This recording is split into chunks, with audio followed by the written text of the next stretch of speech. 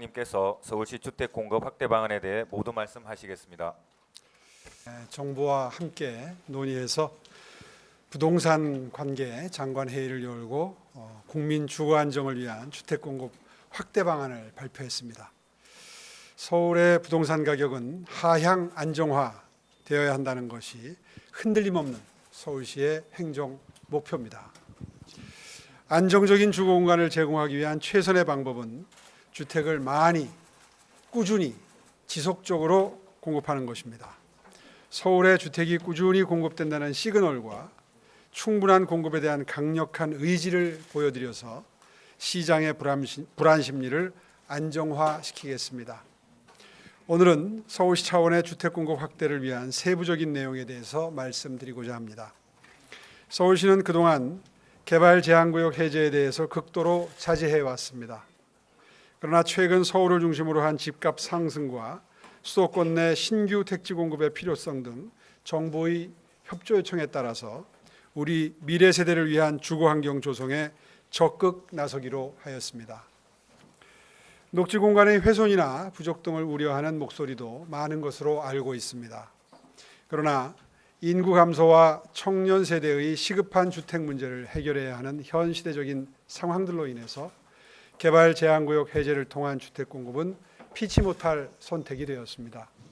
서울시는 시민들이 우려하는 내용들을 깊이 고민하고 개발 제한구역 내에 관리되지 못한 훼손지 등 보존 가치가 상대적으로 낮은 지역을 활용해서 최대한 불편함이 없게 추진해 나아갈 것이며 우리 미래 세대를 위해 안정적인 주거 환경을 조성할 계획입니다.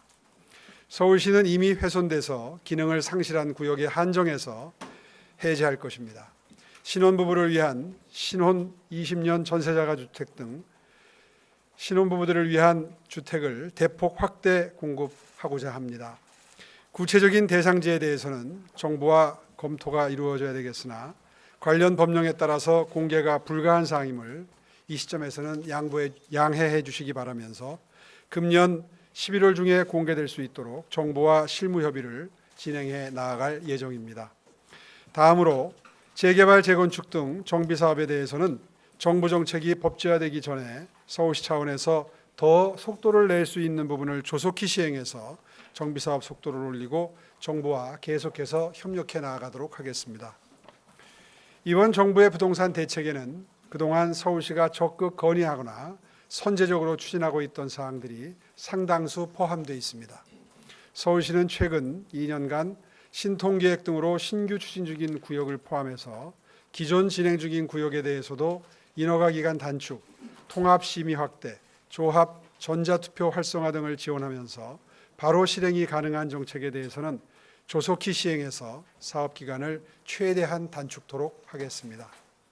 서민 주거 안정을 위해서 신속한 공급이 가능한 빌라와 오피스텔, 도시형 생활주택 등 비아파트 공급을 늘릴 수 있도록 제도를 개선하고 정부 정책에 맞추어서 SH를 통해서 신축 매입 임대를 확대해서 신혼부부에게 더 공급할 수 있도록 세부 계획을 세워서 추진토록 하겠습니다. 마지막으로 장기전세 2 내지는 신혼부부 20년 전세 자가주택 등의 이름으로 그동안에 정책 발표가 있었습니다.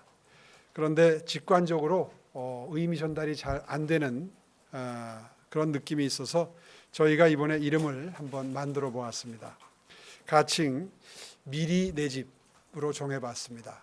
미리 내 집. 일단 이 자리에 계신 언론인 여러분들 비롯해서 오늘 이 발표를 보시는 분들 좋은 제안이 있으시면 주시면 저희들이 이 정책만큼은 아마 굉장히 롱런을 하게 될 거고요.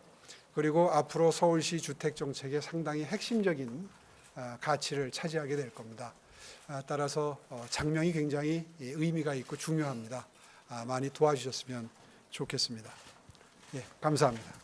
질문하실 기자님께서는 손을 들어주시기 바랍니다. 한국일보 김민숙. 네, 한국일보 김민순입니다. 시장님께서 앞서 말씀하셨던 것처럼 을 찍으셨었고 무엇보다 이 그린벨트 완화라는 게 시장님께서 일관되게 강조해 항상 정책 결정이라는 게 고통스러운 순간은 이해관계가 충돌한다든가 정말 중요한 가치가 충돌하는 지점에 있습니다.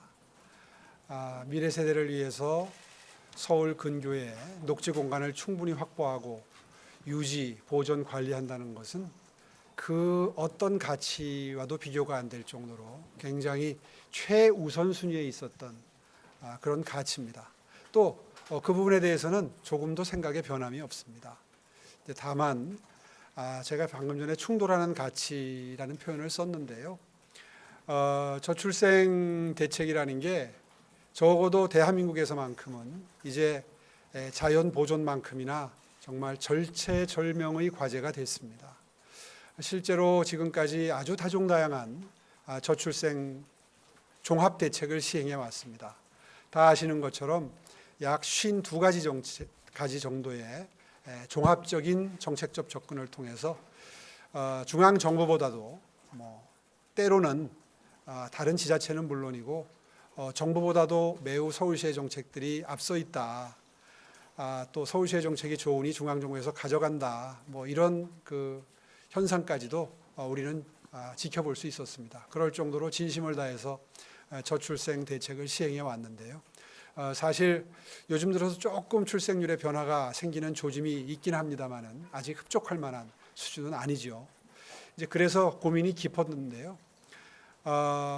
저출생 대책 중에 가장 중요한 걸 하나만 꼽으라면 아마 주거 문제가 될 수 있을 것 같습니다. 이제 그런 의미에서 방금 전에 설명드렸던 신혼부부 20년 전세 자가주택이라든가 이런 어떻게든 신혼부부들 청년들에게 결혼을 하게 되면 집 문제만큼은 해결해 드리겠다고 하는 강력한 의지가 전달되길 바라왔고요. 이제 그런 관점에서 탄생한 정책이지 않습니까? 더군다나 이거는 이론상으로만 고민을 해서 시작한 정책이 아니라 이미 20여 년 가까이 시행했던 장기 전세주택의 효과, 다시 말해서 거기에 거주했던 분들이 다른 주거 형태에 거주했던 분들에 비해서 출생률이 한 20-30% 높다는 현실적인 자료를 가지고 경험치를 가지고 기획을 했던 정책이니만큼 앞으로 서울시 정책의 주택 정책의 아주 핵심을 차지하게 될 겁니다. 근데 사실 안타까웠습니다. 이렇게 좋은 정책을 충분한 물량을 공급할 수 있을 때 사실 정책 효과가 나타날 수 있는 건데 아무리 마른 수건 쥐어짜듯이 쥐어짜도 연간 4천 가구 정도 공급하는 것 이상으로는 물량을 확보하는 게 불가능했었습니다. 아무리 좋은 정책도 그것이 일정 물량에 도달하지 않으면 정책 효과를 내기가 참 힘든 게 현실이죠. 이제 그런 의미에서 이걸 어디에다가 더 지을 수 있을까 하는 고민을 정말 깊이 하고 있었는데 마침 이번에 정부가 이번 부동산 대책을 마련하면서 그린벨트 해제에 대한 제안을 해왔습니다. 사실 정말 많이 망설였습니다. 이 충돌하는 가치 중에 무엇을 선택할 것인가를 놓고 정말 깊이 고민을 했는데요. 결론은 이미 훼손된 그린벨트, 다시 말해서 녹색 공간으로서의 기능을 이미 상실한 곳이 상당 부분 있는데 그런 곳에 한정해서 개발 제한 구역을 푼다면 상충하는 이의 가치를 조화시키는데 도움이 되지 않겠느냐 하는 데 생각이 미치니까 결심을 할 수가 있었습니다. 그럼에도 불구하고 저출생 문제 해결보다는 자연자원의 보호에 더 가치를 두는 분들께는 정말 죄송하다는 말씀 드리지 않을 수 없습니다. 저 역시 정치를 시작하기 전에 환경운동을 먼저 장시간 했던 사람으로서 정말 그런 가치를 존중하는 분들께는 더할 수 없이 깊은 죄송하다는 말씀 드려야 되겠다는 생각을 합니다. 그러나 정책이라는 것은 정부와 협업도 매우 중요하고 그리고 타이밍이 매우 중요합니다. 결정적인 순간을 놓치게 되면 그 이후에 백약이 무효일 수도 있는 상황까지 도래할 수 있기 때문에 이번에 정부의 제안을 깊이 고민한 끝에 이번 기회에 받되 그러나 훼손된 곳에 한정하고 그리고 이것을 또 다른 의미에서 미래 세대를 위한 주거 공급에 쓴다면 그래도 양해될 수 있는 것 아니겠는가 이런 판단을 했습니다. 양해해 주시고요. 또 하나 서울시의 핵심 가치인 주거비의 하향 안정화, 이것은 그 무엇과도 바꿀 수 없는 민생의 가장 기본 중의 기본, 기초 중의 기초입니다. 실제로 주택 가격이 급격하게 상승해서 주거비가 올라가게 되면 서민 중산층은 그야말로 죽을 노릇입니다.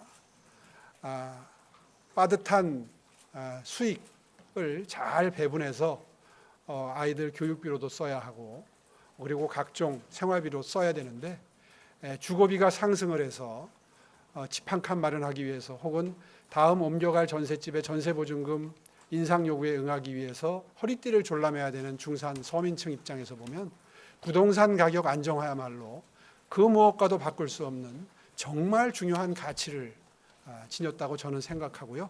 아마 그동안에 서울시의 정책을 지켜보시면서 서울시가 부동산 가격의 하향 안정화에만큼은 정말 진심으로 최선을 다했다는 것을 아마 이 자리에 계신 언론인 여러분들을 비롯해서 서울시 행정을 지켜보신 분들이 아마 다 인정해 주시리라고 저는 자부합니다. 그런 의미에서 이번 정부의 종합대책이 꼭 실효성을 보여서 부동산 가격이 하향 안정화되고 그렇게 된다 그러면 이미 훼손된 개발제한구역을 일부 푼다고 해서 그것이 용인되지 않을 정도의 상황은 아니다. 이렇게 판단을 했습니다. 정말 깊은 고민 끝에 내린 결단인 만큼 이번 부동산 종합 대책이 꼭 실효성을 거둘 수 있기를 진심으로 바랍니다. 하향 안정화가 중요하다고 말씀을 주셨고 또 오늘 주택 공급 세부 대체 허가 구역 지정을 적극 추진한다고 했는데 그 지역이 콕 집어가지고 강남 3구랑 용산구를 말하는. 글쎄 오늘 이 자리에서 특정 지역을 이미 다 알고 계시는 건데 특정 지역을 언급하는 게 과연 적절할지 모르겠습니다만은 이미 부동산에 관심이 많은 시민분들이나 또 전문가이신 우리 부동산부의 언론인 여러분들은 다 짐작을 하시리라고 생각합니다. 신고가가 출현했다 하면 어느 지역이다 이런 건 이미 공지의 사실이고요. 그런 지역의 동향을 앞으로 이번 종합대책 계획 발표 후에 예의주시하도록 하겠습니다. 사실 서울시는 토지거래 허가구역의 확대에 대해서 아주 깊이 검토를 하고 있는 입장입니다. 이번에 종합대책에는 포함이 되지 않았습니다. 추후에 이번 종합대책이 꼭 실효성을 거두기를 바라는데 만약에라도 만에 하나라도 계속해서 부동산 가격이 오르는 현상이 관찰이 되면 아마도 또 다른 조치들도 필요할 것이고요. 그때가 되면 지금 말씀하신 토지 거래 허가 구역 확대 지정을 포함해서 또 다른 플랜 B들이 준비되어 있다. 이 점을 강조해서 말씀드리겠습니다.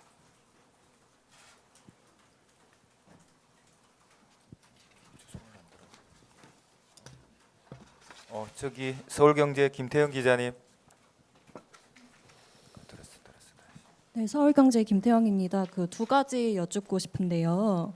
훼손지를 그린벨트에서 우선 해제하겠다고 하셨는데 그 환경평가 3, 4, 5등급지 자체가 서울에서 너무 적잖아요.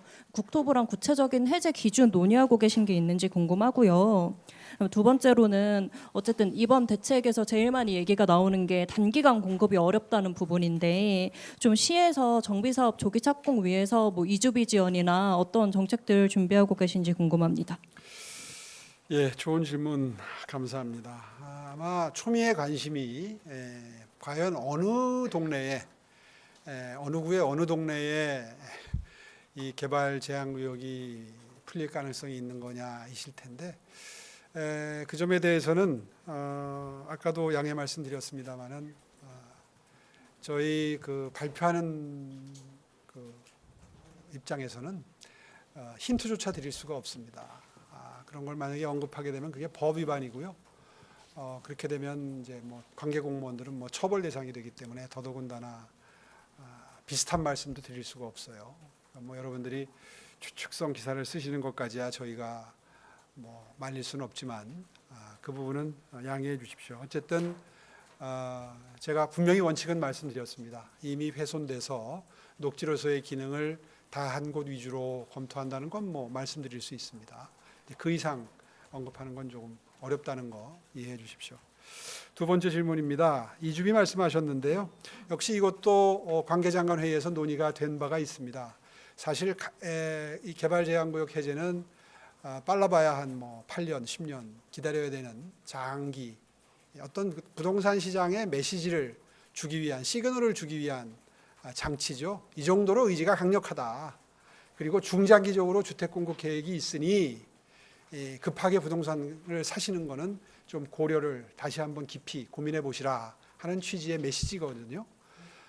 그런데 비해서 가장 이제 현실적으로 빨리 실효성을 낼 수 있는 정책들은 지금 현재 이루어지고 있는 지금 질문하신 정비사업, 재건축 현장이라든가 이런 곳에 이주가 빨리 이루어지면 이제 그만큼 공급이 빨리 이루어지고 그 정책을 신속하게 시행하는 것도 굉장히 중요하기 때문에 이제 저희로서는 그 이주비 지원에 대해서 정부에 상당히 간곡하게 건의를 했는데 또 이 재정 운영과 같은 또 다른 가치가 충돌하기 때문에 기재부 차원에서 이거는 채택이 안 됐고요. 그 대신 그와 유사한 정책 효과를 낼 수 있는 허그를 통한 보증 확대를 대안으로 제시받았습니다. 다 아시다시피 이렇게 되더라도 정책 효과는 비슷합니다. 저희들이 요청하는 것은 사업비의 한 70 내지 80% 수준까지 보증 확대를 해주고 물론 한 3년 한시지만 그렇게 해줘서 현장에서 빨리 이주가 될 수 있도록 최대한 환경을 조성해드리면 이것이 어쩌면 가장 실효성 있는 정책적 접근이 아닌가 하는 생각을 했고요. 그 점에 대해서는 긍정적인 협의를 해보겠다는 답변을 받은 만큼 아마 비슷한 정책 효과를 이런 허그를 통해서 이룰 수 있을 것 같습니다. 양해 네, 부탁드리겠습니다. 감사합니다.